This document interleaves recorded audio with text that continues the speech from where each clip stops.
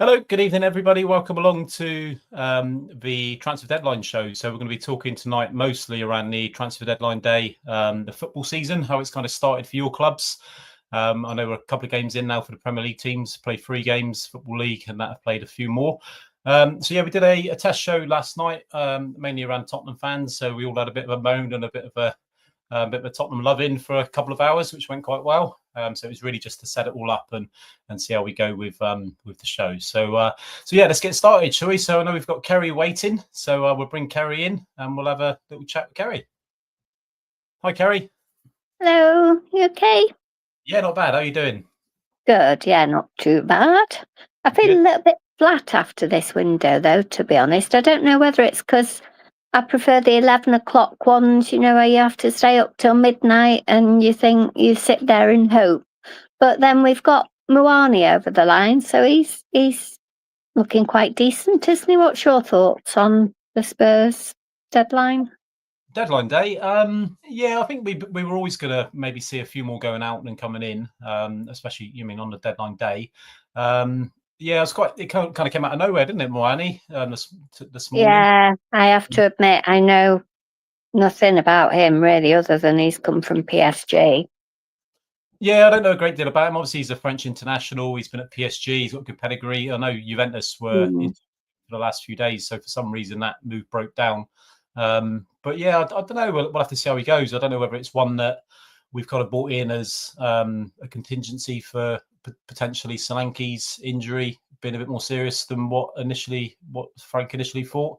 I know ahead of the game on Saturday, so on Friday in his press conference, that potentially he was going to leave him out for the 2 weeks international break and then maybe be back after that, just to kind of rest the ankle up. But I don't know. I know within the last half an hour or so, Solanke's posted on his Instagram with a photo of him in the gym. So I don't know what we read into that. It didn't look like he had.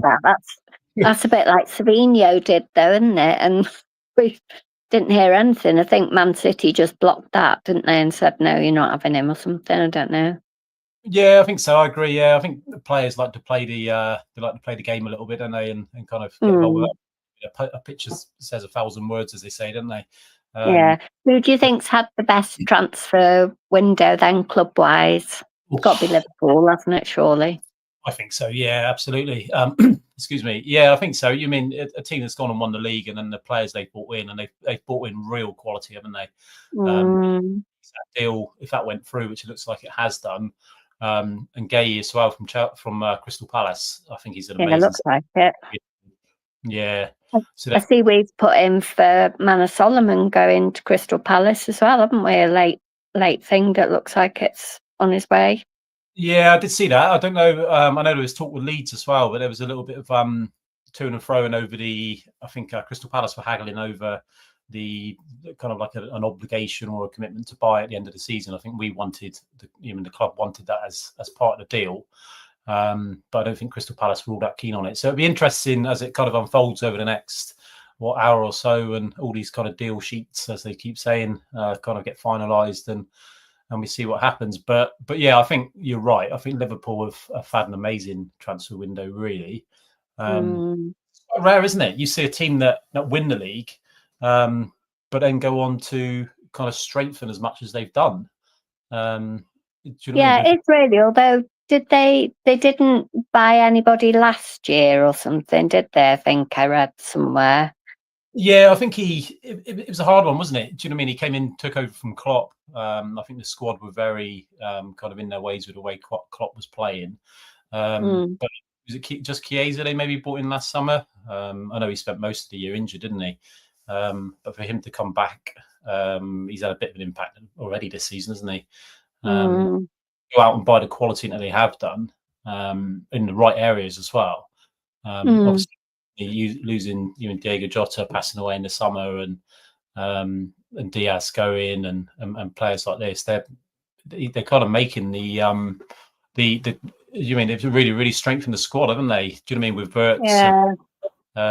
It's strange because the past few Liverpool games that I've watched, I haven't been all that fussed, really, to be honest. They haven't looked that exciting. No, but I think even like yesterday, I think Arsenal kind of dominated the first half, didn't they? Had a large possessions of the ball, and I think Liverpool just is an absolute worldie of a free kick and just kind of found a way, didn't they? And that is the sign of a champion, isn't it? You mean no matter how well or how poorly you're playing, you just kind of get over the line. And they kind of won the league last year at a canter, really, didn't they? It was kind of a bit too easy. Yeah, Really. I hope that doesn't end up happening this year, really, because it kind of like you lose interest eventually, don't you? If one team's running away with it by a mile high. We're Tottenham fans. We don't want to be too interested with the top of the league, do we? It's all about the mid-table. No. Where do you think we'll come this season? This year, we spoke a little bit about it yesterday. I don't know. The top four is difficult, isn't it? Do you know what I mean? We've strengthened the squad. I would say we're better off this year than what we were last year. But it's very difficult to break into that top four. I think top six is probably somewhere we should be aiming for. But we should be aiming for that last year, and we looked like we were aiming for the championship. To be honest, we were doing our best to struggle, weren't we? But what do you reckon? What's your kind of summary of the transfer window? I think for Spurs, I think we've done well, but I think we're light if we get injuries again. Yeah. I think we'll struggle, possibly. Any positions in particular? It always worries me when Spurs say, "Oh, there's nothing of concern with an injury," and then the next you hear they're out for like 3 or 4 months, and so I think defensive. I think if we get struggles there, then I think we're light, possibly. In the half position. Yeah, and then again, I'm not sure we're strong enough up front unless Simmons or Simons scores, because we've got a lot of midfield that can score for us. So yeah, that's what Ange always said, wasn't it? That we could score a lot from everywhere rather than just Kane's goals, was his argument. But I think that's something that he kind of earmarked, didn't he? With Kane leaving, he could 25, 30 goals a season that we had to replace as a team. So it's very difficult to bring in that one player who's going to replace directly and replace that amount of goals going out the side. So I think making a point that other players needed to step up, and we needed to find a way for other players to kind of hit around that double figures. If you get 3 or 4 players who are around 10 or 11, you're kind of onto a bit of a winner then, aren't you? You're not really relying on one player. I think, unfortunately, Solanke, I think for his last season for Bournemouth, scored 19 Premier League goals. But, you know what I mean? I don't know exactly how many he had last year, but he would have been around double figures, wouldn't he? It's players like Kulusevski and players like that, and Xavi Simons would be. I mean, he's a player that is going to create. I mean, Decky's not going to get up to speed for a good while, though, is he? When is he due back? Do you know?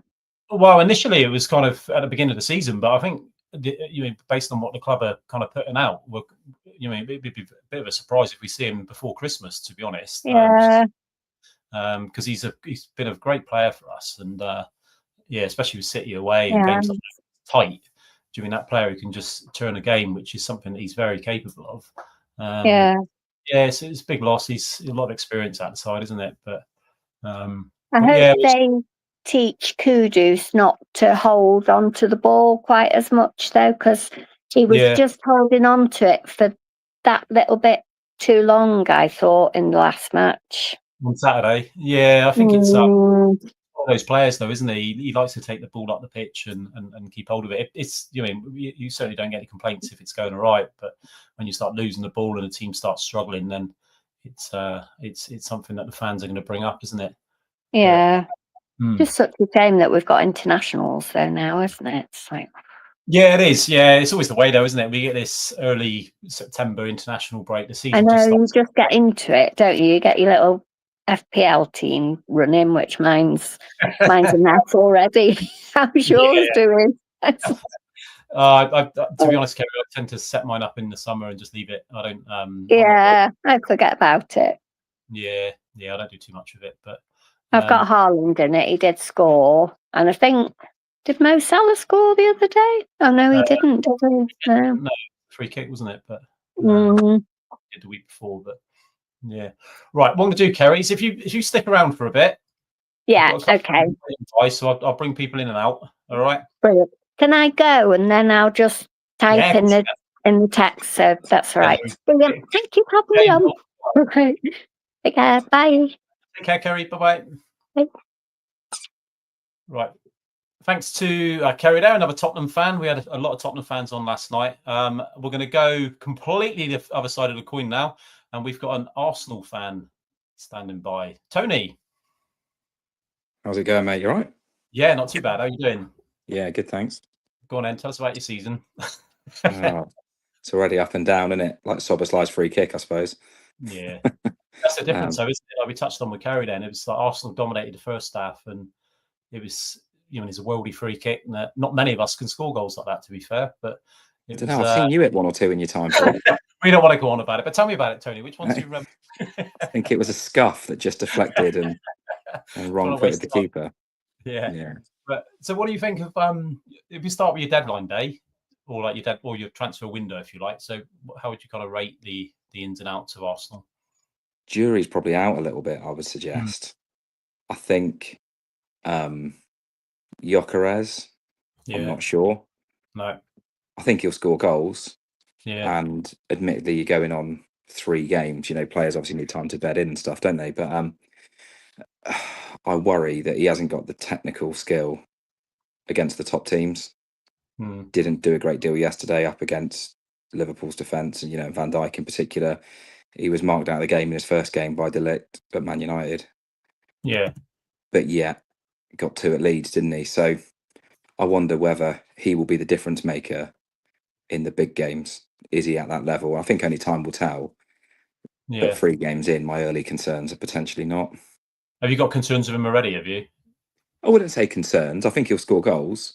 Yeah. I think the key thing is he the difference maker in those 6-pointers against the big 4, big 6, your closest rivals, Yeah. You pay that sort of money for your top centre forward to score those goals in the big games, don't you?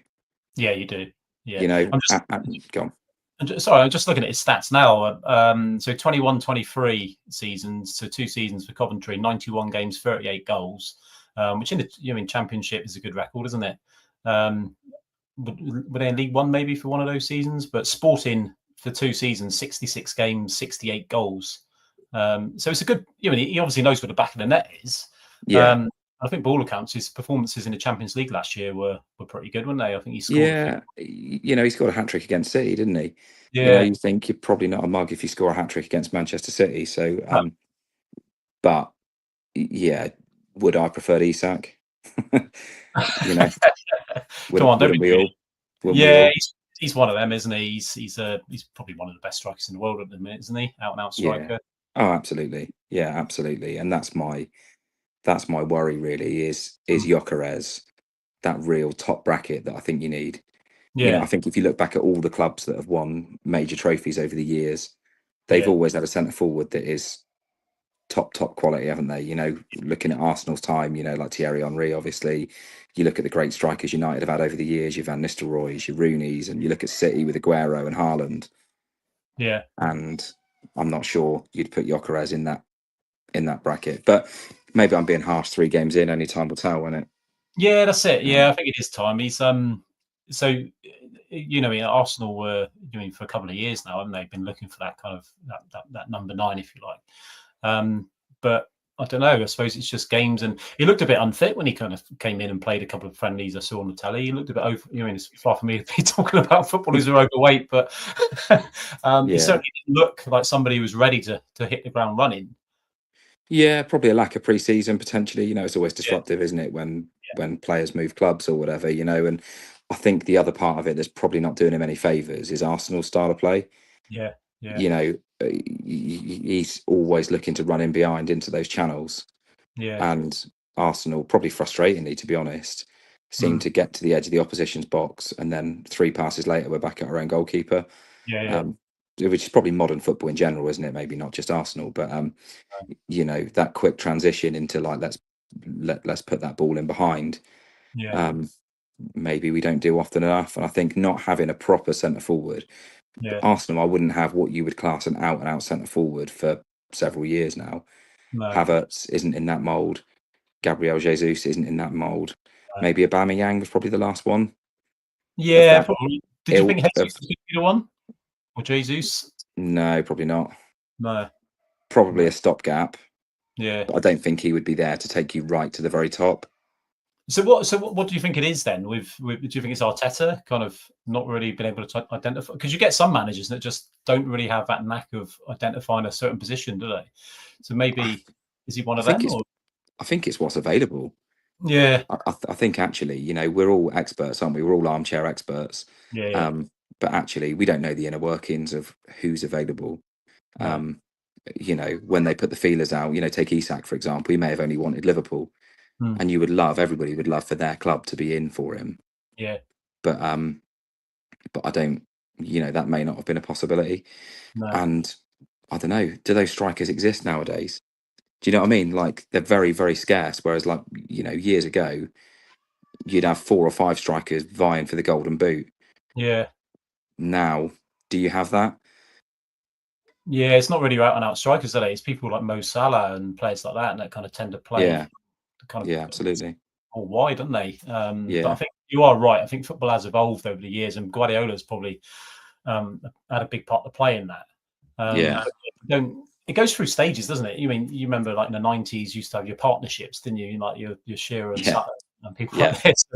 Sheringham and Cole or York and people like that. Your great part. You could name them all, couldn't you? Every club had a 2 up top. But I think now we don't. There's a lot of false nines, isn't there? Well, like you said with Havertz, he's not going to play up on the shoulders of the centre halves, is he? He's always looking to come deep and get involved from there. But so what the other signings you've made? So Zubimendi is obviously one that's come in. Yeah, I mean, I like what I've seen. Yeah. Early impressions are positive for him. Again, my only reservation is he a bit cautious? I think this is Arsenal overall. That would be my criticism. I think there's no doubt probably that we've got the best, if not, certainly in the top 2 or 3 defence and goalkeeper in the league. They're defensively solid. There's no doubt that we've got some fantastic young players. That side of things is a real positive, aside from transfer windows, seeing academy products, Max Downing and obviously Saka and Ranieri and Lewis Skelly, seeing those players come into the side. My worry probably with Arsenal as a club, and it's pretty much what the pundits have said after yesterday, is have they got that killer instinct to go to that next level? Yeah. And I think that is the thing overall, and that would be my thing about Zubimendi. Is it a bit safe? Is that Zubimendi as a player? Is that Arteta as a philosophy? Are we a bit safe? Could we be, do we want to be nick a game on a set piece? But conversely, you guys at Tottenham had the let's go out and attack at all costs mentality. Yeah, it's a fine line, balance, isn't it? Yeah, and that's probably where Liverpool have got it right last season, and that's where they kind of ultimately ended up winning the league, didn't they? They had a lot of players in the final third that could score goals. Yeah, but defensively, I think they had the right balance, didn't they? They had the players in there that could keep clean sheets, and ultimately, if you don't concede goals, you don't lose games. So yeah, absolutely, yeah. But so obviously you've got Zubimendi, who's spoken about. Eze, you don't want to talk too much about him. I mean, I think it's one of those, isn't it? You probably feel a bit doom and gloom because you're talking to me a day after the Liverpool result where, as you said earlier, actually Arsenal dominated for the large part of the first half. Yeah. And we're just, the difference was that bit of quality. I think in any other transfer window, if you told me you'd signed Gyökeres, Eze, Zubimendi, and the emergence of those youth players, you'd probably be thrilled with that, because Arsenal have been a bit of a stingy club over recent years. But yeah, I think it's, when you look at it in context of Liverpool's window, and today's probably a bit of a downer for the rest of the Premier League in general. Yeah, I think that's where that probably tempers the excitement a little bit. Do you know what I mean? It's like I thought it was a great window up until about 5 o'clock yesterday afternoon. And then from today onwards. So yeah, I mean, I think they have invested. They've invested in the right players, and even things like Kepa in goal. Absolute bargain, a steal for a decent reserve keeper. Yeah. I think overall it's been smart. Norgard, I know he's been injured, but again, as a sort of direct replacement for Jorginho, that bit of experience in the centre of midfield, a bit of Premier League sort of experience. So, it's probably only second to Liverpool. Liverpool would be the undoubted winners, wouldn't they, if the Isak and Gay deal go through? Yeah. And I think Arsenal's transfer window would probably be only second to that. I think they've had a really strong transfer window. And I don't want to come across as all doom and gloom, which I probably have. But I worry: is it enough? Is it enough to go to that next level? That would be my question. And your heart says yes, but your head maybe not. Yeah, I think you're right. Coming off a game of where you probably played well enough to have won yesterday and still not got over the line, and then you go and see what Liverpool have done today. I don't think they've actually officially been announced just yet, have they? Or maybe Gay has just been announced. But yeah, like I think, Jimmy, like you see, like what the squad that Liverpool have got, and what they had already in place yesterday, and then potentially today they've gone and signed probably one of the best Premier League strikers over the last couple of years, and also probably one of the most consistent centre halves over the last couple of years as well. And Gay, it's very despondent. Yeah, absolutely. And you think looking at Arsenal's squad, I was like, we've got two players in every position that would get into most Premier League sides' first 11. Yeah. And it shows the strength, and we've improved from where we were last season, in my opinion. The squad is definitely better, and we had a really good Champions League run, second in the league again. It's those kind of like incremental gains, but when the team above you are doing that sort of business, it's kind of, I don't think there's a huge difference. I don't think there's a huge gulf in class. No. But these fine margins are where leagues are won, aren't they? I mean, not that you know about that, but hey, we had a fine margin once. it's those fine margins in it that make the difference. It's those close games, and it is. You don't want to get, like I said, all doom and gloom about dropping 3 points yesterday, but how important will that be at the end of the season? That level of consistency that the top clubs have shown over recent years. There's not a huge margin for error. Those difference makers are crucial. Your big money centre forwards. It's great to go and bang a couple in against Leeds in a 5-0 win, and no disrespect to Leeds, but those aren't the games where you need the difference maker. You need the difference maker in those massive matches, your Liverpools and your Manchester Cities, your Chelseas, potentially those sort of games. That's where you want your difference maker to come in, and I'm not sure if we'll see that. They're the 6 pointers, aren't they? I know we've said it over the years in the relegation battles and that, but especially at the top, you get, like you said, the games against your Liverpools and Cities and stuff. They are the 6 pointers, aren't they? Yeah. But so, what do you? What's your kind of expectation? I know it's 3 games in, and has it changed? I think what's the phrase you hear from all the pundits? I think Liverpool are the overwhelming favourites, aren't they? And I think you need to keep them honest. Do you know what I mean? You need to keep them on it right through the season. Yeah. And actually, that team is good enough to be right up there. Yeah. So the expectation, and I get it. You see a lot of stuff in the media, don't you? That if Arteta doesn't win this year, he should be gone, and it should be this. I don't subscribe to that.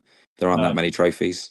There aren't that many trophies to go around, and I mean, let's not get onto the discussion of VAR, but we all know how one dodgy decision can derail a semi-final, a final, one dodgy call, whatever, one injury at crucial moments. I think actually, if we can get a trophy, great. But I'm not a kind of Arteta out if we don't win, because I just think the level of competition is unbelievable. The standard nowadays, I think, is unbelievable, and I just think that should be it. We need to be in the mix come the business end of the season. Yeah. Do you think he's? I know you say to get rid of him would be crazy, but do you feel he's underachieved? Like compared, the money he's spent to the trophies he's won ultimately, or lack of? No, I don't think so. I think it's an easy criticism. Yeah. But I think you can get carried away with yourself when you pick up an FA Cup or a trophy or whatever, and again, you look at both clubs. Tottenham win a trophy and sack their manager off the back of it. Arteta won a trophy in the first year. That doesn't make him the god of football because he picked up the FA Cup. Do you know what I mean? And conversely, it doesn't make him the devil of football because he hasn't won anything. No. Subsequently, I think actually you need to be moving in the right direction. And I guess at some point you have to make that call. Is he ever going to get over the line, or do they need to go somewhere else? But I think I would say from where we were, 5 years ago when he took over, Yeah. it's unrecognisable, not just on the field, No. but you look at the atmosphere in the Emirates, totally different from where it was 5 years ago. Oh yeah. You look at the executive side of the club, totally different from where it was. The playing staff, totally different from where it was. The academy players coming through, totally different from where it was. So I think there's lots to be. Do you know what I mean? There's lots to be kind of excited by, and I think there's lots of achievements other than winning trophies. But I get that's how teams are measured, aren't they? That's always I the think problem, isn't it? It's Yeah, trophies of the day, but and but there's only a few of them available, isn't there? yeah. You know, so if it was the be all and end all for every club, well, Yeah. you know, what have we got? The FA Cup, the Carabao Cup, and the Premier League. So Yeah. out of all those clubs, you know, out of all 20 clubs, you've got 3 trophies. So Yeah. even if 3 separate teams won, you still got 17 teams that I are haven't. disappointed, aren't you? You know, so That's it. Yeah. yeah. So what does you mean, without the obvious answer of winning a lot, what does a good season, what does it look like for Arsenal? I think, yeah, I'm probably going to contradict everything that I've just said, aren't I? But you're a football fan, that's what it's all about. absolutely, I think you know, winning something would be great. I think winning something would be great, but you know, I think it's about seeing that improvement in it. But what is improvement? Semi-finals of Well, Champions League last year, second I in the know, league. yeah, Winning, is that a that's the failure thing. this year? I don't know. You've put me on the spot here, haven't you? I think, yeah, let's contradict everything I've said. Let's win the lot. What could go wrong? Win the lot, and everything else is not acceptable. So a mirror season this year of last season, so second in the Premier League, semi-final in the Champions League. Does Arteta survive that? I think he will. Yeah. I think he's got the backing of the board and the club in general. Yeah. But I think you'll start to see that bit of unrest if they don't take that next step, if they don't pick up a trophy amongst fans. Amongst fans, I think. Yeah. Yeah. Yeah. Is there unrest already? Are you on like the Arsenal forums or anything like that? Is there any? I don't think there's unrest. I think there's probably those murmurings, isn't there? There's that expectation, there's that desire to turn potential into actual. Do you know what I mean? Yeah. I think that's the thing. I think every supporter craves a trophy, don't they? Yeah. Yeah.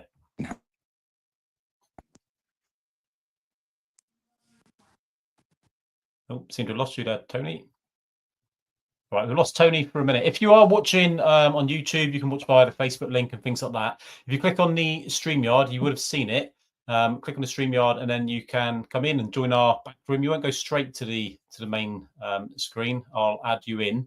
But what I'll do now is I'll bring in Oscar. He was very opinionated yesterday on Tottenham, so we'll bring in Oscar. How you doing, mate? Yeah, good, thanks. You all right? Yeah. So Colin Moani, it looks like it's all done. I think we've just announced it. So what's your thoughts on Colin Moani coming into Tottenham?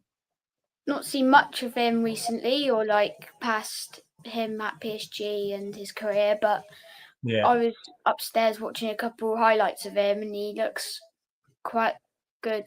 Looks like quite a good striker. Can beat a man. Can find the back of the net and just score. Yeah.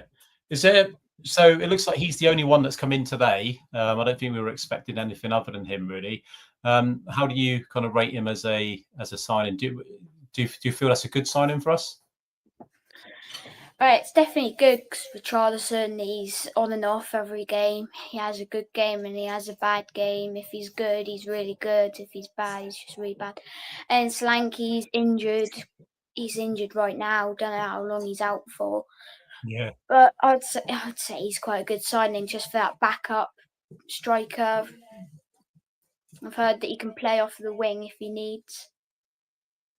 Yeah, definitely. I was just looking at the chat. So Kerry's got involved with some Arsenal chat. She says Arteta spent $1 billion though since he joined. Just a quick one, Oscar. What do you feel on Arsenal without you? And obviously you were listening to what Tony was saying just then. Do you feel that if they finish second in the league this year and semi-final in the Champions League, do you feel that's a good season for them? Or it's difficult because they've done that last year or last season. For a good season for them is probably get a couple good signings, like they have got a couple. Yeah, like Eze stole them off Tottenham. How dare they? Other than that, maybe win something. Yeah, and like something major, not really like an FA Cup, but like maybe like just Champions League or either the Premier League, and then just do well in the Premier League. Yeah. Who's your who do you think is going to win the league this year? It's difficult. I'd say probably Liverpool with their signings they've got. Like they've just signed Mark Gay. Yeah, it looks like Gay's done, and it looks like they're waiting on Isak. Yeah. He's left, or he's in the vans, or like that. Oh no, apologies for that. Just looking on Sky Sports News, it looks like that Gay's fallen through. Yeah, Crystal Palace withdrew from the deal late on, having missed out on preferred replacements. I know their manager, Glasner, yesterday was quite vocal after their match against Aston Villa. Basically putting pressure on the board not to sell Gahey. With a year left on his contract, I believe. So it's a big move for Crystal Palace not to sell him. What do you think of Gahey? He's really good. He's made loads of appearances for England. He played in the semi-final in the Euros. I think he played in the final for most of the game. Yeah, he's a good player. He can defend. He can attack. He's one of those players which you get. He's not really easy to get. Yeah, they don't. One of those he's one of those players who you don't get often. You have to be lucky to get him. Yeah, he's a good player. I think he's English as well, which carries a bit more value, doesn't it? There's a bit more. You always find the transfer fees are that much higher for English players. Obviously, with the squads having the foreign player quota. Kerry's just on the chat. She said, "Is there an option to buy with him or a straight loan?" I think she's talking about Moani. I believe it's just a straight loan, Kerry. I don't think there's anything official that's been. I know we've kind of announced the signing in the last few minutes, but I believe Moani is a straight loan. They were talking all day today about this option to buy and things like that. And but I believe it's going to be a straight loan. But we'll have to wait and see what Tottenham say on that one. But potentially not really seen a great deal of Moani, but we'll have to over the next few weeks and months, we'll have to see whether anything does come out of that for the end of the season. If you are watching, I'll keep Oscar on for a bit. If you are watching on YouTube, then click on the StreamYard link. You would have seen it today at some point. It will be on the socials or something like that. So click on the StreamYard link. You'll come into like a green room if you like. So you'll sit in the background, and then when we're ready, we'll bring you on. We do promise everyone that comes in will get their time on screen, so you can, no matter who you support. We're a little bit Tottenham dominated at a minute. We had Tony on just now talking about Arsenal, so thanks for coming on, Tony. If you want to come back on and do so, but anyone else, if you're watching and you want to come in and you want to chat about football, the transfer window, start of the season, no matter what team you support, what league they're in, it's for everyone. It's for all football fans. So please just jump on in and have a chat. With Oscar. So we touched on it a little bit yesterday, Oscar. What's a good season for Tottenham look like this year? Definitely top half. Yeah. I'd like to say top 10, top 5. If we would be brilliant. It's a big jump there. Yeah. So if we finish 10th, are you happy? It's definitely better than last season.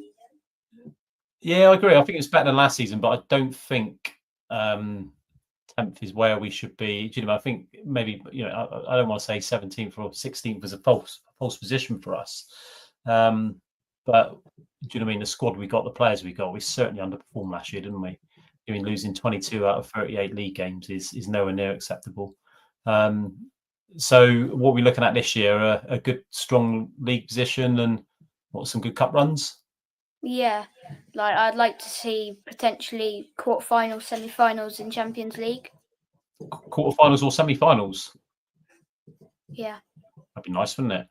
Yeah. Okay. I've just seen on Sky Sports that Arsenal complete the signing of I don't know how to pronounce it, Hincapi, the centre half from Bayer Leverkusen. Of course, Bayer Leverkusen, big moves there today, sacking Erik ten Hag after only 2 league games. I think they drew and lost one. I think that weekend they were 3-1 up against Werder Bremen and end up Werder Bremen ball accounts were down to 10 men, ended up drawing 3-3, which saw Erik ten Hag lose his job. Just looking through Sky Sports, Arsenal defender Jakub Kiwior, where's that gone? That's moved. He's completed his move to Porto on a season-long loan deal with an obligation to buy for 24 million. We see a lot of these loan deals now with the obligation to buy. Manchester City have finalised the £26 million deal with Paris Saint-Germain to sign Gianluca Donnarumma. So he's agreed a 5-year deal plus the option of a further year. City also finished a deal with Fenerbahce to sell Edison for around 12 million. So I'm guessing that both of those deals were kind of linked, waiting for one to happen before the other one was announced. So City don't leave themselves short in goal. Chelsea have confirmed they've recalled on loan striker Mark Guiu from Sunderland. So the Backcats have in turn signed Brian Brobby from Ajax. He's a decent player, so that's a good signing for Sunderland. I think Chelsea are a little bit short up top with Jackson going to Bayern Munich. That was a bit on and off at the weekend, wasn't it? And then with with of course Liam Delap doing his hamstring at the weekend, so they've moved and brought back Guiu from Sunderland. Tottenham have confirmed the signing of Randall Kolo Muani on loan from PSG for the rest of the season. Kolo joins Dutch attacking midfielder Xavi Simons as a late recruit of the summer transfer window.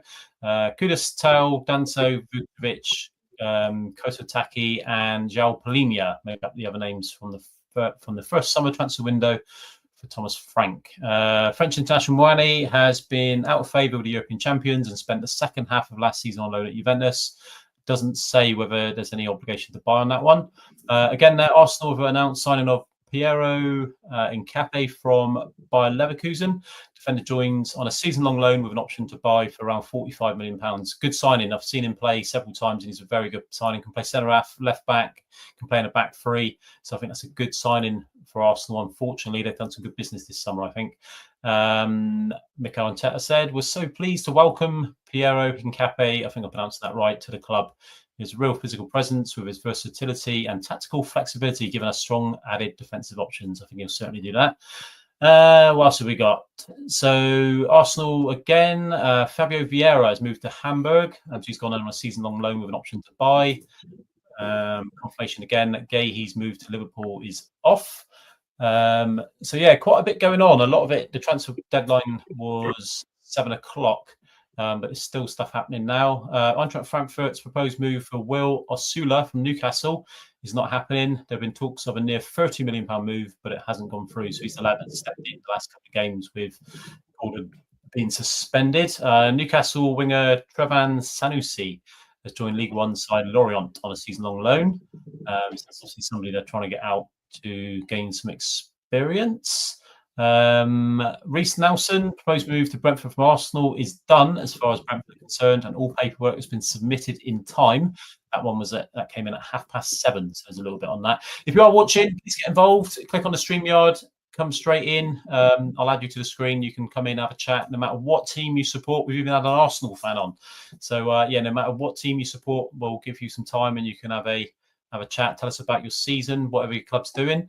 Aston Villa have submitted a deal sheet for their attempts to sign Harvey Elliott from Liverpool.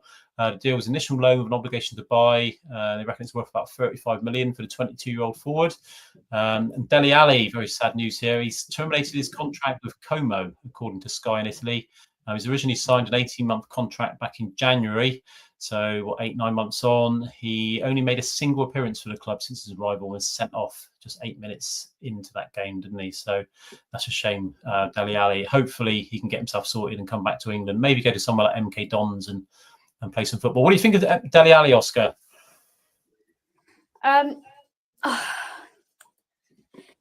He's one of those players who can definitely beat one of the men. He can.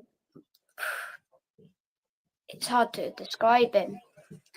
Yeah, it was sad to see his decline, really, wasn't it? I know he had his kind of issues that he kind of came out and spoke about last year. But it was great to see him sign for Como. I thought that might have been a good opportunity for him to start playing football again. But unfortunately, it hasn't worked out there, has it? Just going through, let's have a see if we bring you guys up to date. Ben Chilwell signed a permanent 2-year deal to sign for Chelsea's sister club Strasbourg. That's a bit of a strange one, isn't it? England fullback has been out of favour at Stamford Bridge, spending the second half of last season on loan at Crystal Palace. Of course, he went there last year, didn't he? Obviously, somebody that's going to be wanting to play regular football ahead of the World Cup next year. Just confirmation that Nicholas Jackson's loan deal to Bayern Munich from Chelsea has been signed. So Jackson joins on an initial loan with an obligation to buy worth £70.5 million. So they reckon that's about 81.5 million euros overall. Bayern are paying an increased loan fee of 14.25. I think I saw yesterday that was a loan record they're looking at, loan fee record. A deal sheet has been submitted for Johan Wissa, transferred to Newcastle from Brentford. A deal worth £55 million has been agreed between Newcastle and Brentford. So I think with Isak leaving, they need to kind of replace those goals, don't they? Wissa, I think, scored what, about 20 goals last year, 19, 20 league goals. What do you think of Wissa, Oscar? Have you seen much of him? Who? Johan Wissa. No, I don't think I've ever seen him before. You never seen him? All right, yeah, he's a good player. I think I'm right. He scored about 19 or 20 league goals last year. Crystal Palace striker Odsonne Edouard has joined French club Lens. So he wasn't in the past yesterday for the trip to Aston Villa. Kanji from Man City. He's having a medical ahead of a move to Inter Milan. Looks like that one's going through. Crystal Palace have confirmed the signing of JD Canvot from Toulouse in the deal worth 20.8 million. So he's a 19-year-old centre-half. He signed a 4-year deal at Crystal Palace. And he'll wear the number 23 shirt for anyone that's interested in that one. So, yeah, quite a few deals going on. Bournemouth have agreed a deal to send midfielder Romain Favre to Verona on loan. I think he came in with quite a good reputation, didn't he? I don't know why that's not worked out for some reason. Chermiti joins Rangers. So Rangers have spent £10 million for Youssef Chermiti. So he's joined from Everton. I don't normally see Rangers spending money like that, do we? It's the biggest fee paid by Rangers for a player since signing Tore-André Flo in 2000. Wow. So for a club their size, they certainly don't spend. Yeah, if you are watching on YouTube, anywhere like that, please get involved. Kerry, if you want to come back on, if you want to give Jay a shout, we'll give it a few more minutes and see whether people want to come in and have a chat. Millwall confirmed a loan deal for Ballo. So he's joined. He's an Austria international, and he joins from Wolfsberger AC. Crystal Palace expected to complete a deal for Kristinas Uche. So yeah, they're looking at him. Porto, yeah, signed Jakub Kiria. That deal's done now. I said about it just now. That deal is done. That's all confirmed from Arsenal. And just confirmation that Gahey. So that's the big news, really, as we know it in a minute. Gahey to Liverpool from Crystal Palace hasn't happened. Kerry said Semenyo staying at Bournemouth. Yeah, I think he has. I don't think he was. There wasn't any really serious moves for him from anyone, Kerry, which was surprising because somebody with his talent, he certainly gave Pedro Porro a run around on Saturday, didn't he? And I saw him against Liverpool up at Anfield. Was it their first game of the season, I think, on the Friday night? He played very well, scoring 2 goals, I believe. But yeah, he's certainly someone that I thought somebody might have come in for. I'm not exactly sure how old he is, but I thought somebody might have come in for him. So what do you reckon, Oscar? Do you what do you so international break now, so 2 weeks off, and then we go again away to West Ham. What are your thoughts on that? International break, always sketchy, especially with new signings. Yeah. With injuries and yeah. West Ham, it's a bit of a tricky one because they can, if they turn up, they can turn up. If they, I hope we win. Yeah. I think a win would be handy for us to put us into. Win is handy. I know they West Ham, they've had a bit of a poor start, haven't they? When they got thumped, Yeah. what, 5-1 at home to Chelsea, and I think that's one that's going to hit the fans and the club. I think Potter was under a lot of pressure, wasn't he? But it looks like they obviously won yesterday. Was it yesterday or Saturday? Or was it yesterday? Anyway, they won 3-0 away to Nottingham Forest, which would certainly give them a bit of a spring in their step going into international break. Yeah, I think Kerry said very handy. I think she's referring to your getting a win. Yeah, wind is always very handy, isn't it? But so the signing so far, Oscar, I know we touched on it a little bit last night, but what do you think of Tottenham's signing so far? So if we start with if we start with what Polinia, how much of an impact? Yeah. Well, like I said yesterday, he was when he was with Fulham for 2 years. He was top most tackles in 2 seasons. He was 100 tackles ahead of second place, which is definitely a person we need, especially for the defensive midfield work. Don't we see much of him like doing all those fancy skills? He's doing all that behind the scenes type stuff, like making the attacks. Yeah. No, that's it. Yeah, I think he's. I mean, as a club, we've always had, or team, we've always had that kind of soft underbelly, haven't we? But I think somebody like Polinia, a bit of steel in midfield, and if we can keep him fit, which seems difficult in a minute, we really do seem to struggle keeping players fit. But yeah, I think he's certainly someone that will have a big part to play this season. So moving up the pitch then. So Kudus, I know you've seen him a couple of times already, haven't you? So what do you think of him? He's very good, outstanding player. Yeah, especially coming from West Ham. Signed him from West Ham. He can beat a man or two. Like I said yesterday, he can beat a man like they're not there. Yeah. His touch against, I want to say, it was our first league game. First league game was home to Burnley. His touch to them was outstanding. It's like just bringing the ball down to the ground with one leg. It's class. And so Xavi Simons. Yeah, seen a bit of him in the Bundesliga. So he was at RB Leipzig last season. Seen a bit of him in a couple games highlights. He can definitely beat a man. Like I said, he can find the goal. Yeah, I think he's kind of that player that we kind of need, don't we? That especially yesterday, where the games are tight. You can obviously. Obviously, where on Saturday, where Bournemouth scored the early goal. I'm not saying they sat in and defended by any stretch, because they certainly didn't. They were lucky not to have won, or unlucky not to have won by more than just the 1-0. But in those tight games where you just need somebody to make a difference, I think Xavi Simons could be that player, couldn't he? Also, we certainly hope so. Yeah. And then who else did we sign? You have to remind me now.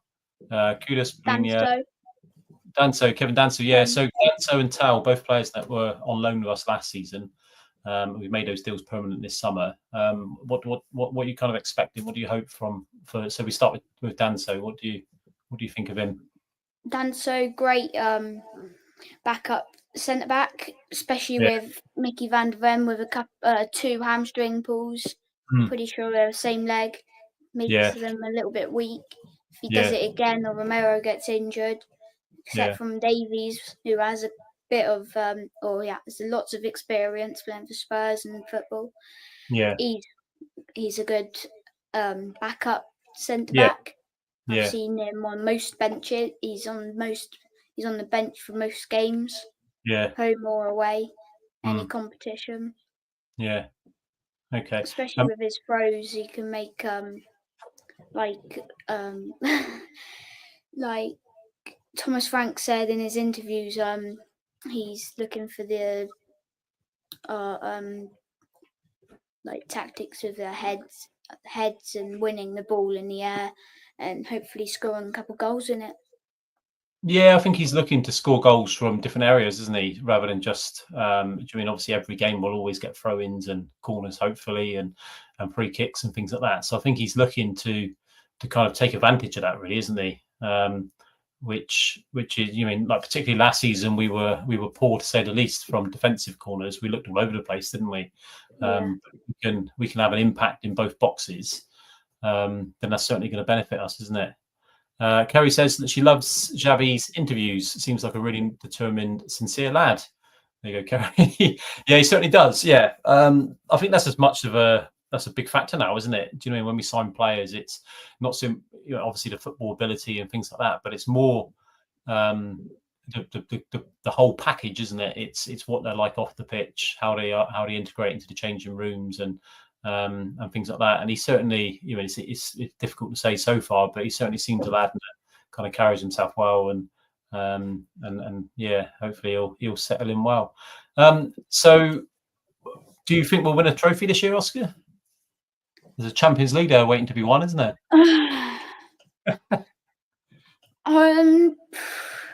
Like we're in Champions League, it's good, but then we've not been in it for a while. No, not really expecting us to win it.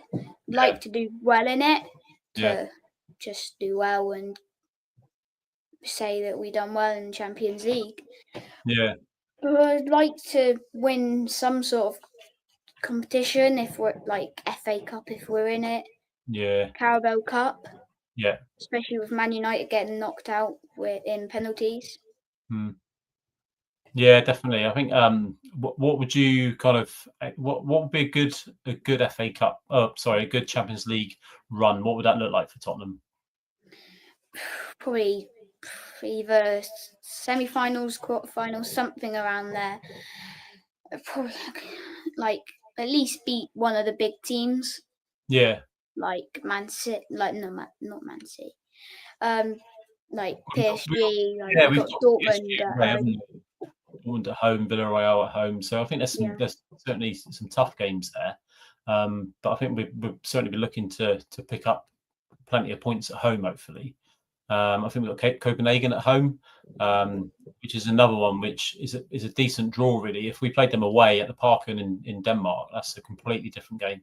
But at home, I would fancy us to pick up 3 points there against Villarreal, and I think we can get enough at home to certainly make the playoff, the Champions League playoff, to get through to the knockouts. So, and what about the other cups, Oscar, like the Carabao and FA Cup? What are you thinking? Carabao Cup, I have quite good high hopes for it. Yeah. Carabao Cup, I think we can do quite well. Yeah. Especially if we just beat the big teams like Arsenal, all of them. I think if we beat them, if they go or if they go out, I think we have good chance of potentially winning it. Yeah. Well, we're home to Doncaster in the next round, aren't we? So that's not a bad, was it? Albeit they are playing very well at the top of League One at the minute. I think they're League One. Yeah, and FA Cup, is it very much FA just Cup?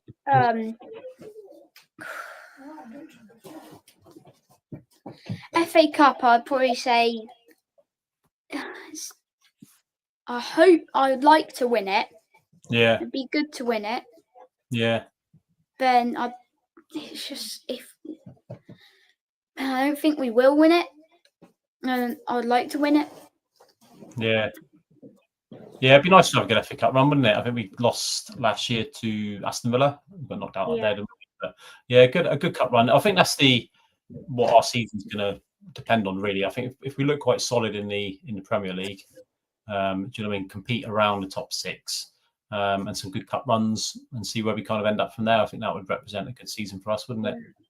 But Kerry's come on the chat and said Frank hasn't done much European games, has he? No, I don't think he has, Kerry, to be honest. I think I believe this is his first season in Europe. I could be wrong, but I believe it's his first season in Europe, so it's going to be different for him. I think he sets his teams up, and he certainly puts a lot of focus onto every game tactically and things like that. So I don't think we're going to have too much of a problem there, albeit a slight contrasts in styles with the different countries and that. But I think he's the thing that might impact him and us the most is where we get to play the Wednesday and then the Saturday lunchtime games and this kind of thing, where we're playing the Sunday and then the Wednesday. You mean those? It's not as bad as the Europa League where you're playing the Thursday, Sundays. But I think the Wednesday, Saturday, the demand on the squad for that and the travelling, albeit just off the top of my head, I don't think we've got too many long distance away trips. We're not down in Kazakhstan or anyone like that. So yeah, we'll have to see. I think they'll be getting back early hours next morning rather than lunchtime the next morning. But yeah, we'll see what we'll see how that goes. But do you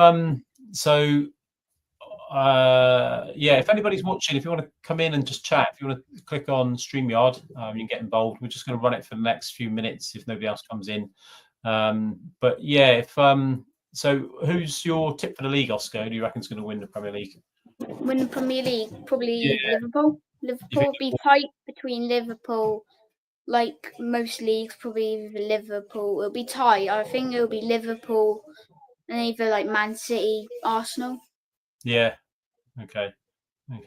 And what about going down? Going down? Yeah, getting relegated. Do you think the 3 teams that came up will go back down? You mean Sunderland, Leeds, and Burnley, or do you think there'll be other teams in the mix? Yeah, I think Sunderland will go down. Sunderland will go down, and then probably Leeds, I think, might go down. Yeah. What do you think? Why do you think Leeds will struggle? Do you think they'll pick up enough points at home? Yeah, I think they'll get a couple wins, but just championships much different than in Premier League. Yeah. They've done well in the championship, but the level's completely different. Or not much different, but it's different. Yeah. I don't think they'll cope. No, I think the championships are difficult. You mean you play, what is it, 46 league games, is it? You mean, 23 league, yeah. So 46 games. They obviously play 8 games more than what you do in the Premier League. But I think it's the Premier League, it's that demand, isn't it? It's the intensity of the games. It's how the level of the opposition. Every team has got somebody that can punish you. You get a lot of championship where you can kind of get away with it. If you're just the better side, you will win the games. But the Premier League, if you are not on it, if you are not 100%, you will get punished. Every single club, every team has got somebody that can cause you damage. And I think that's where the promoted teams become unstuck. But then on the flip side of that, if you look at teams like Bournemouth, Brentford, Brighton, they've all kind of come up and solidified their position in the Premier League, haven't they? Well, they've kind of done it right. They've made shrewd signings, spent good money, not necessarily massive money, but they've had that kind of business model that kind of works. You mean like Brighton and Brentford, they always buy players cheap, sell players for a lot of profit. But once they've done that, there's always like a ready-made replacement almost at the door, ready to walk in. So I think they've got their clubs are in good places, and you can never. And the biggest compliment you can kind of pay to teams like that is that whenever you talk about teams going down, Brentford, Brighton, Bournemouth, they're never really mentioned anymore, are they? It's normally the ones that come up, which I think, the teams that come up and start spending loads of money and start bringing in loads of players and almost turn over their whole squad. Well, it's a dangerous game to play, albeit you can certainly see why they do it. Kerry's said, a bit weird, Martin's now signing again for Aston Villa when he didn't play. Oh, Martinez. Yeah. Oh, was that Emi Martinez, the goalkeeper? Has he signed a new contract, has he, or is he just staying now? I don't know. I don't know what his contract situation was there, but I know he was heavily linked with Aston Villa and with Man United, and they decided to go with somebody else. So I don't know what the new chap they've gone for. I've never heard of him. If it was a straight choice between the two, it's a bit of a strange one. I know Martinez is a bit of a character, isn't he? But ultimately, he's a very, very good goalkeeper, World Cup winning goalkeeper at that. And maybe it's something that United have been missing. I don't know whether Ruben Amorim kind of struggles to keep hold of or deal with big characters. Maybe I don't know whether he goes for like not so much the big characters. I think Martinez is someone that will certainly have a massive impact in the changing room. because he does seem that kind of character on the pitch, and that, do you know what I mean, really embraces the moment, doesn't he? So I don't know whether he's someone that maybe United have kind of shied away from, or I don't know what's gone on there, because I think by all accounts he was in talks with them today. But yeah, I think he signed for them again now. So yeah, it looks like from what Kerry said there that he signed a new contract at Aston Villa. So I don't know what's gone on there. Maybe they couldn't get a replacement in and decided to stick with him. But let's have a little look. I'm just going back into some football news. We'll read them out in a bit. Kerry's put ratings on this window. Yeah. So what would you give our season, so our transfer window, Oscar, if you had to rate it out of 10, what would you say it was? Who, Spurs? Yeah. Rate out of 10, probably 8.5, something like that. 8.5. What do you feel we were missing? What I know, like a 10 out of 10 transfer window is hard to get, isn't it? But what would we be missing for it to be a? Oh no, sorry, it wasn't Kerry. It said that, it was Dan. So hi, Dan. Yeah, sorry. Dan says Thomas Frank is his sign of the summer. Dan's given it a 9 out of 10. All right, Dan. I think you're away at the minute. If not, come on and have a little chat for 5 minutes. But if not, what's stopping you, Dan, from what's stopping it from being a 10 out of 10? So you said 8.5, Oscar. Why? What were you lacking? What do we need to do to make it a 10? Probably get rid of Levy, get a new. Playing wise, forget Levy for a minute. That's a whole show on its own, isn't it?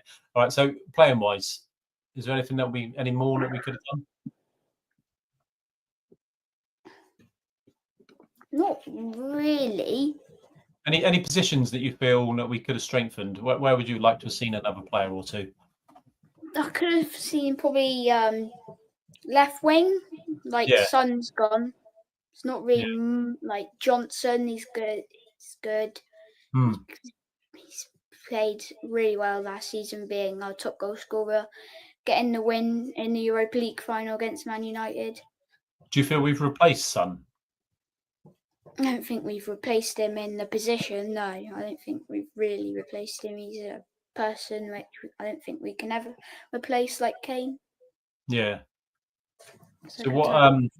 So do you feel like Kudus and Jimmy, like the players we've got there now, Kudus, Moani, Odebear, Johnson, and Kulusevski's injured, but the players that we've got that can, Mattis Tau, the players that we've got that can play out wide, do you feel we've got enough cover there now, or do you feel that we're still maybe short in those areas?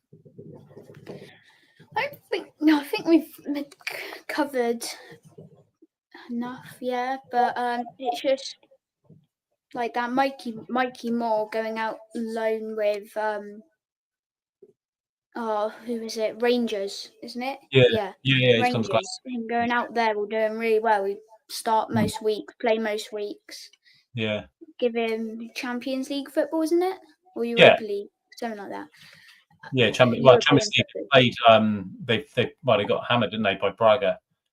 Bruges, sorry, Club Bruges. Well, it used to be Club Bruges, but people call them Brugge now, don't they? But to me, it's Bruges. Yeah. Okay. Kerry's just come on into the green room. What I'll do, Oscar, if you hold fire there, I'll keep you on the stage, mate. All right, and I'll bring Kerry in as well. There we go. Look at this. Kerry's in here. Hi, Oscar. You okay? Hello. Nice to see you. When we last saw you, you must have been dinky, I think. Still is. Going on the coaches. Grown a lot. He has. Yeah, he has. So you said, what would you rate this transfer window, Kerry, out of 10? For Spurs, it's gonna have to be. It's got to be an 8, hasn't it? I do think they've done quite well because they've brought in experience this time as well. Yeah. We've kind of. I know, like Postecoglou, didn't he? When towards the back end of last season, they spoke about like the signings we needed to make and what we needed to bring into the club. Yeah, he said it needed to be aged now, didn't he? And so, do you think Levy backed him enough, or do you think it was because it was a total rebuild that they've had to do, really? So they brought in all the youngsters, and now they're bringing in the experience. Do you think they did it the right way, or do you think there was a different way they should have gone about it? I don't know. I think that, do you know what I mean? We've every transfer window you can probably make this case for us, can't you? I think I don't know. I don't know. We always. I've said for years that we always seem to spend money, but we never seem to spend it in the right areas. To spend it on the right players. We always seem to. I don't know. We just never seem to do our homework on players. Do you know what I mean? The amount of players that we've bought in, and just like you, I mean, like you and Ndombele's and people like that, just never seem to work. Like, you know, and it's almost like other clubs would go for players, and then we just almost seem to like feel that we're getting one up on a club. Like I know Barcelona were heavily linked with Ndombele, but yeah, I don't know. And we also, I think it's like we always kind of feel that a club has gone for a player, like someone like Barcelona has gone in for Ndombele, and we feel like, right, we've got to go and get him because we'll get one up on Barcelona. But yeah, I don't know. If you look at our top, 5 or 6 record signings, it's like a graveyard for footballers, isn't it? I mean, going back to Eze, do you think he will get much game time at Arsenal, or do you think they just tried to do one up on us because he was constantly linked with us for donkey's years, and terms were agreed as well, apparently? Apparently, yeah. I don't, to be honest, Kerry, I don't think he was ever really going to come to us. I was quite excited to link to him, and it looked like, we had the here we go kind of. It doesn't, looking at it again, it doesn't look like he was actually going to come for us. I think it was one where Arsenal had maybe used us to keep the price down low. And him being someone that I think he was rejected by or released from Arsenal when he was 12 or 11 or 12, something like that. He was. Yeah. So I think it was maybe from him being an Arsenal fan, someone who wanted to go there and go back to his club, the club that he supports. And you can't begrudge a player for joining the club that he supports as a kid. But just makes us a bit desperate, though, doesn't it? I think. In what way? From Eze going back to his childhood club to prove himself. I hope it works out for him, though. I think as part of discussions, he would have had a chat with Arteta, wouldn't he? And especially he could have sat at Crystal Palace, had another good season, played pretty much every game he was fit for, put himself in a good position for the World Cup. But I think by going to Arsenal, Arteta would have given him assurances. I don't think he would have gone there if they turned around and said, "Look, you're probably not going to play much." Number one, it's a spend on a sub, and number two, it's a massive risk from him, isn't it, from the player? So I think he would have had, like I said, he would have had assurances and said, "Look, you'll be in and around that 11." And it's up. And ultimately, what you want to say to a player in an ideal world is, right, it's up to you now, isn't it? If you play well enough, the shirt's yours. And I think the injury to Havertz that got injured for them. So I think injured has kind of helped him, isn't it? But yeah, it's an interesting one. I'll just read some comments from it. I know Dan's come on. So we asked Dan about his mark out of 10 for Tottenham's transfer window. He's given Luko Vuskovic 5 out of 10. I think we haven't seen much of him. He looked good in pre-season. I think he's just another one that needed to step up another level now. So he's gone to Hamburg, is it, in the Bundesliga? Did you read his comments though? He'd done an interview saying that I've lost my train of thought now. Oh, apparently Spurs did ask him to stay, but he saw the likes of Van de Ven and Romero and saw how much he himself believes he's still got to work to get. Right. So I thought that was a really interesting type of player to say, no, he wanted to go out and develop himself rather than try and fight for his place, because he realised himself that he's still got quite a way to go yet. So that's quite good from an 18-year-old or whatever he is, isn't it? Yeah, is he 18? I think he is, isn't he? He is 18, isn't he? He's not 18, which is why we've been out on for years, because we couldn't sign him until. But yeah, I think so. I think a good step up in league now, playing Bundesliga. If he plays most weeks, that'll do him a world of good, and he'll come back next. It will. As a better player, I'm not saying he's a bad person or anything like that, but it's kind of you could kind of grow up a bit, don't you? As a albeit he's been around quite quite a bit by himself now around Europe. So Dan said Koto Takai 3 out of 10. We don't know much on him, do we? We know he's is he South Korean or is he Japanese? I'm not exactly sure. It might be Japanese, but he's certainly a big prospect apparently. But we haven't seen much. He got plantar fasciitis or something, hasn't he? Yeah, yeah. Apparently he's back training again now, so they reckon he'll be back. Oh, okay. Whether he's gone on internationals, I don't know, but they reckon he'll be back. Kevin Dan's given him a 6 out of 10. I think he's another one, isn't he? He's going to be an in and out kind of Ben Davies type player at the minute, isn't he? Yeah, he looks good. He does, I think. Yeah, I think he's going to be a steady Eddie. Do you know what I mean? He's one that you see on the team sheet. He's not one that you go, oh, not him again, kind of thing. But Dan's given Joel Polinia 8 out of 10 for signing. Yeah, I think I agree with that. I think he's a good signing. Good solid player. Matty's Tau 4 out of 10. Yeah, the jury's out on him, I think, Dan, and I don't think we've seen enough of Matty's Tau really. He's had plenty of game time, albeit 20 minutes here and there, but just I think he's a moments player at the minute, isn't he? He might it's in moments, but you mean someone so young. It's a hard one, isn't it? Because he's another one that everybody was massively excited when we heard that we were signing him, and then we haven't really seen it translate yet. No, I think he needed a home, didn't he? He was in and out of the Bayern Munich side, albeit he played 60 odd games for them, I think. And then he came to us on loan. Now that's a permanent. Over the next few years, maybe Tottenham's his home now, and he'll start developing, and we'll see the best of him. But by going by Dan's mark of 4 out of 10, I kind of agree. I think the jury's very much out on him at the minute. We've got Dan says Xavi Simons 8.5 out of 10. Yeah, I kind of go with that. I think he's someone that is certainly exciting, isn't he? Looking forward to watching him play. But until we see him play, it's hard to judge him, really, isn't it? Fully. He'll get the shirt sales going, won't he? I think. Yeah, I think so. Any shirt with Xavi on the back looks good, doesn't it? Yeah. Especially taking on Son's number 7. Yeah. I was a little bit upset about that. It feels too soon. I don't know. Yeah, to take number 7, it feels a bit. Yeah, it's got to be done, though, isn't it? I'm not really into clubs retiring shirt numbers and things like that. No. Because I don't know. I think we'll see. I think see how Simmons goes. I'm sure he'll play some part against West Ham. Same with Moani. So Dan's given Kudus 9 out of 10. Would you agree with that, Kerry and Oscar? Yeah. Yeah. 8, Kerry? I think. 8. He's got to stop holding on to the ball for so long.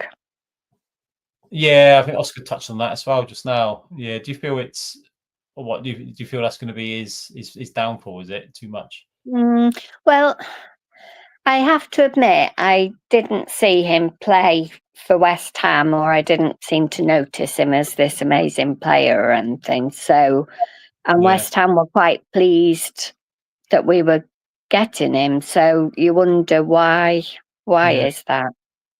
Yeah, I think he was there for 2 years. His first season, he was very good. He scored some good goals and made a real difference. And I think West Ham did well in that year. And last season, I feel they were a bit more inconsistent, and there's probably Kudus and a couple of their better. I think Bowen was pretty consistent throughout the whole season. But Kudus his inconsistency kind of went with West Ham's inconsistency. So maybe he's a confidence player that needs to play in a team that's doing well, and hopefully we'll see the better of him. But he does. I wouldn't be too down on players like him based on Saturday's result. I feel there's a lot more to come from. Yeah, no, because his first 2 games, he was outstanding. Oh, he was. Yeah, he was. Yeah, and I think if you look at Saturday, the only players that were new additions was Polinia and Kudus. So that's only 2 players out of the 11. Pretty much lost 22 out of 38 league games last season. So we're not going to see too much of a massive flip on that just by a change of manager. So I think there's still a lot of cobwebs and stuff there from last season. And hopefully, the squad, freshening up a little bit with Moani today and things like that. Maybe we'll start to see things improve a bit. But yeah, so Dan said Colin Moani's given him 8.5 out of 10. So overall, 8 out of 10. He's a bit busy at the minute. Just jumped on for a few minutes. If we got in cover for left back, central defensive midfielder, and left wing, then it would have been a solid 10, despite the embarrassing sagas over Eze and MGW and Morgan Gibbs White. So yeah, Dan's kind of saying we needed some cover at left back, holding midfield, and left wing. Do you think signing 3 of those players, Oscar, do you think that would have been a bit too much? Could you see us signing a left back, centre midfielder, and a left winger, as well as us signing all of them, especially with us signing the other ones and the other ones from the other 2 from loan to a deal, but signing. But off that, do you know if Basuma's left or something? Because there's been nothing in there. He was linked with a few clubs. I haven't seen anything on it. I'll just bring up to date with what has happened. There's still deals coming through because of this deal sheet thing that they need to put through.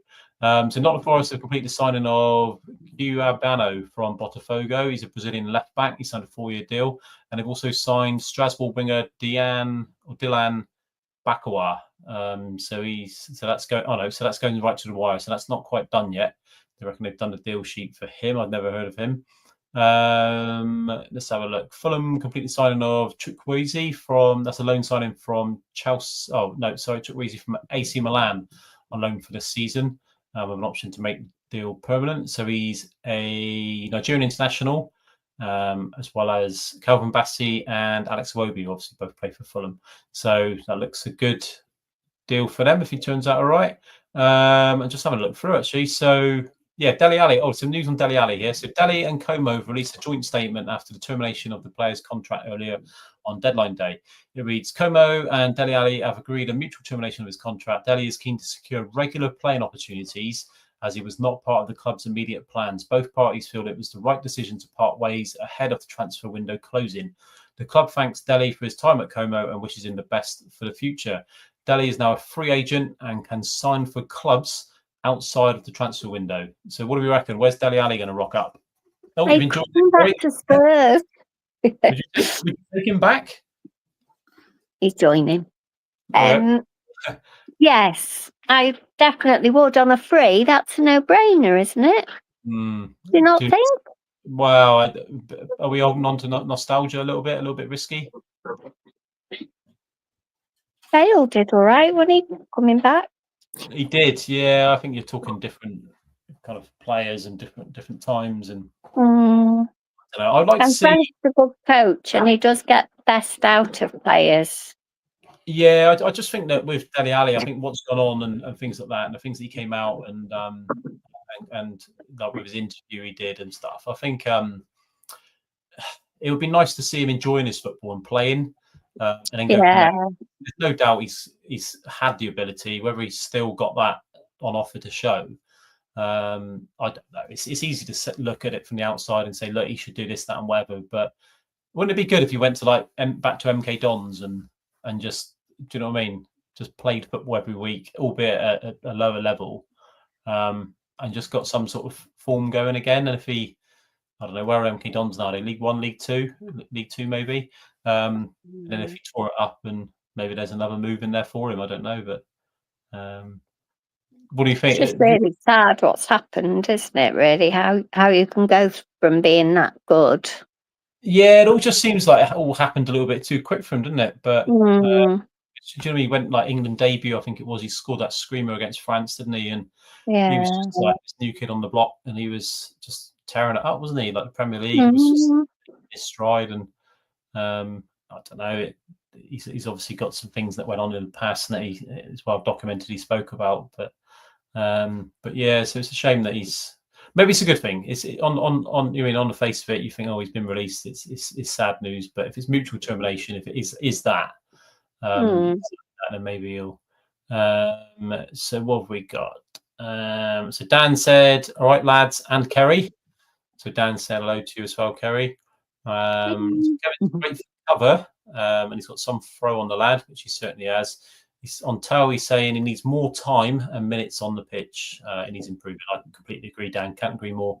He does. He needs to play more. And I think it's just that, isn't it? It's going to take time for him. Xavi Simons got big boots to fill, and at number 7 top, he certainly has. Son did all right for us, didn't he? Bit of a legend. If Simons is around in 10 years, he would have had a good Tottenham career, I think so.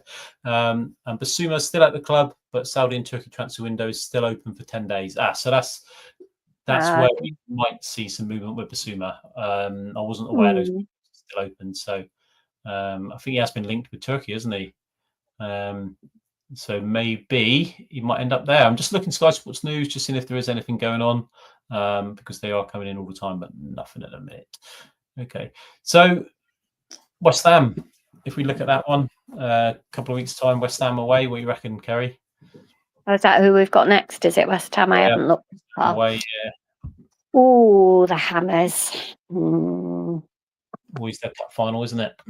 Well, Potter looked a bit clueless the match before last, didn't he? Did you see him on the touchline? He was like just not doing anything. He was looking a bit dumbstruck. But then they did pull it back last match. They won 3-0, didn't? Who are they playing again? I can't remember now. Away, I think it was it yesterday? Was it Saturday? I think it might have been yesterday. But yeah, 3-0. Yeah, who was that against again? Nottingham Forest away. Oh yes, that's right. Yes, I was pleased with that result actually, because I'm a little bit anti-Notts Forest now. I think we all are. We've all like built up Forest, haven't we? But I don't know what's going on at that club. It's a strange club, isn't it? Well, they've signed a lot of players as well. They've kind of backed Nuno, haven't they? And you kind of got all this stuff going on in the background, but they've signed. There's a lot of players that have gone into that football club. I'm just looking now to see. Yeah, they've bought a couple in today. I think they've signed that Botafogo defender Cubiano, so he's come in to Forest. They've agreed to deal with Chelsea to sign forward Donnell McNeely, some striker from Chelsea. Strasbourg winger Bakwa, he's joined as well. John Victor, new goalkeeper, they've signed from Botafogo. So there's 2 players they've signed from Botafogo. I don't know if they've got a link with Botafogo or not, but a couple of players that got into the club from there. But yeah, it was the whole Morgan Gibbs-White, wasn't it? Do you think they'll keep Nuno as their manager? Because he came out and said that his relationships aren't the same with the owner, and that's all where it goes a bit pear-shaped, isn't it, when they start saying things like that? Yeah, I think when the manager and owner start falling out or having disagreements, there's only ever one winner, isn't there? But yeah, I don't know. I know there was Manriakis or Mariakis, whatever he's called, is the he's good friends with Postecoglou. They're both. Well, I was just going to say, do you think we'll see Big Ange go over there? Yeah, I think a big problem with the Premier League at the minute with Potter as well is Jose Mourinho's unemployed now, isn't he? Of course, yeah. I think it's going to be. I think there's quite a few owners that when you've got a serial winner like that, albeit it's not really happened recently for him, but you've got someone like that. A lot of clubs start looking now, don't they? Thinking, if it's not going too well here, and Mourinho fancies coming back to the Premier League, and potentially they could bring him in. But what do you reckon, Oscar? Do you reckon would you like to see Mourinho back in the Premier League? Mourinho. To say Mourinho. No, I really liked him. You did. He was definitely a good manager. I don't really mind if he comes back in the Premier League. Be good if he does, and then just Spurs play against them. Yeah. Bits, but I'm not really bothered if he comes back. Really. Yeah, he's certainly a character, isn't he? Yeah. Yeah. Would you like to? I think Kerry's gone, is she? Maybe. Yeah, I think Kerry's gone. Yeah. So, are you expecting a win against West Ham, Oscar? 2 weeks. 13th. I've got high hopes that we can. Yeah. We can definitely beat them. They're beatable. Yeah, I think so. Yeah, like the Olympic Stadium's a big pitch, isn't it? And big open stadium. I think it's somewhere. But that we can go there and hopefully get our season. Well, get our season back on track, but get another 3 points and move on. I think 3 points out of the first 4 games would would represent a good return, really, wouldn't it? And then I think Yeah. I believe the Champions League. I'm just checking. I think the Champions League kind of kicks off after that. So we've got we've got West Ham. Yeah, it is. Yeah, so we've got West Ham away on the 13th, and then on the Tuesday we're at home to Villarreal in the Champions League, and then we go away to Brighton on the Saturday. So that's Thomas Frank's first experience, really. We've got the home to West Ham, away to West Ham, home to Villarreal, and then away to Brighton. So it's a big week there. Yeah, there'll be a lot of matches coming thick and fast then after the internationals, won't there? How do you think we'll do against West Ham then? I didn't do my prediction, did I? 3-1 to us. 3-1. Yeah. Yeah, I'd certainly. Yeah, what would you take, Oscar? What do you think? I'll probably take 3-1. I'd 3-1. like to see Richarlison probably score again and Kudus.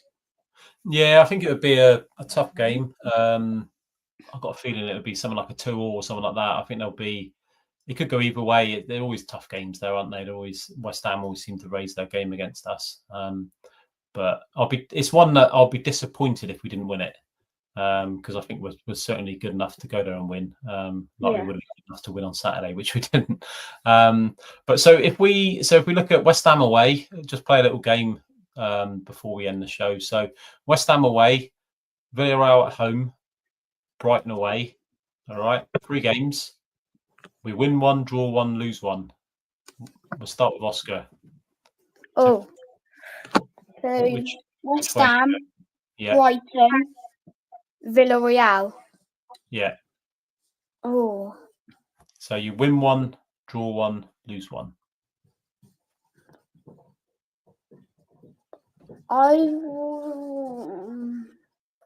If you think about, is it important to get off to a win in the Champions League? Is that more important than winning a league game? Winning a home Champions League game? Way to West Ham, way to Brighton. I'm not liking this game. Sorry? I'm not liking this game. Predicting Tottenham to lose. Yeah. What about you, Kerry? What would you pick? Win 1, lose 1, draw 1. Well, I think it's important to get back to winning ways in the league. Yeah. But equally, it's important to win in the Champions League, see? And then it's important to win a match after the Champions League so that you can't say, we haven't got a deep enough squad. No, yeah. So we need to win them all, really, basically. But I'll go a draw against West Ham if we have to, a win in the Champions League, and a loss against Brighton, I suppose. But I'm not happy with those. No, I think they're all feasible, aren't they? Do you know what I mean? If you think like Brighton yesterday at home, they beat Man City. And so you mean at home to Villarreal? I think that's a game that we should be winning. I would be expecting 3 points there, really. And West Ham away, it's like the lottery of the big London derby. It's their big game, isn't it? It's always a tough one. You thought about it, Oscar? I'm going to cheat a little bit and say probably draw against West Ham and win against Brighton and Villarreal. Yeah. I'm going to put you on the spot. What about you? Yeah, I would say, I would, draw West Ham, beat Villarreal, and lose against Brighton. That wouldn't be far off my prediction, to be honest, if I had to predict the 3 games. I think like I said, I think it'd be 2-2 away to West Ham. I think we'll beat Villarreal, and I think Brighton away is tough. It's one of those draw now. If somebody said, "Look, you'll draw away to Brighton," I'll probably take that. I think they're always tough to beat down there. I don't know what time that kicks off because I always get it in my head that does make a difference at Brighton. It's a 3 o'clock on a Saturday, so I don't like the late games down there. It always seems a tough place to go. So, All right, I think we'll knock it on the head there, Kerry, for an evening. Yeah, great show again. Nice to speak to you. Yes, you too, and you, Oscar, as well. Yeah. We'll catch up at some point if you come along to a game this season, if you can, or we'll see if we can have a get together for the Spurs lot. So yeah, that'd be good. Yeah, good to see you both there. So yeah. All right. Thanks, Kerry. All right. Bye. Yeah. Bye. Cheers. Bye.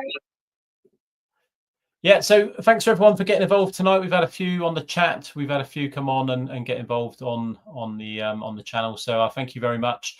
Just to remind you, we are on Facebook and also on YouTube. You can look us up. We also go on Twitch as well, although we haven't streamed to that yet. We've just been keeping it simple YouTube. So if you do go onto the Facebook page or YouTube or anything like that, then please like, subscribe and all that sort of stuff. My kids will know exactly what all that's about. So yeah, if you can do that, that'd be great. Thank you. But yeah, keep an eye on the socials. I'll post up when the next show is going to be, probably towards the end of the week. I'm going to keep publicising it. So if you do see people you want to get involved, then do that. And hopefully we can get more people on here and yeah, so get more people involved. But yeah, thanks for everyone for participating this evening, and we'll see you all again soon.